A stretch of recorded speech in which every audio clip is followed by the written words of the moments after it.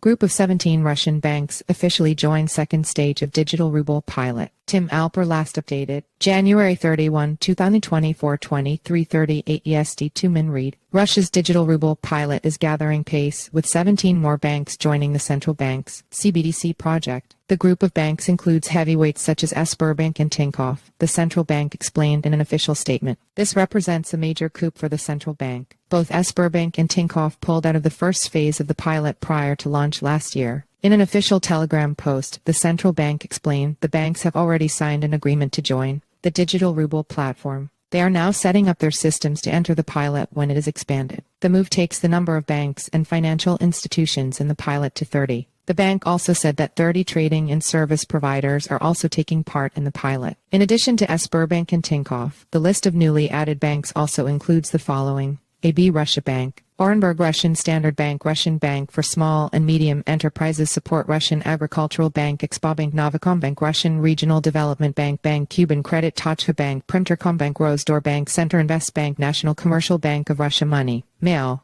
What's different about the new banks joining Russia's CBDC pilot? The list includes a much wider variety of banks than the initial 13 banks that joined the first stage of the pilot in mid-2023. It includes 2 neobanks, one of which is operated by the Russian tech giant Mail.ru. It also comprises regional banks headquartered in areas as far afield as Primorsky Krai and the disputed territory of Crimea. 2 banks on the list specialize in providing finance to specific industrial sectors, namely agriculture and commodities production. And this could indicate that Moscow is indeed looking to use its CBDC to power international trade deals. The Kremlin hopes that Russian allies will use the CBDC as a payment tool for imports as well as exports of food, metals, and energy resources. The central bank is yet to provide further details of the second stage of its pilot, but analysts have claimed it could begin in the coming weeks. The first stage focused primarily on CBDC-powered micropayments and customer-to-business transactions. Businesses trailing the coin included a beauty salon in Orenburg and an online education services provider. But considering the type of banks included in the new list, it may be reasonable to expect the next stage to involve more B2B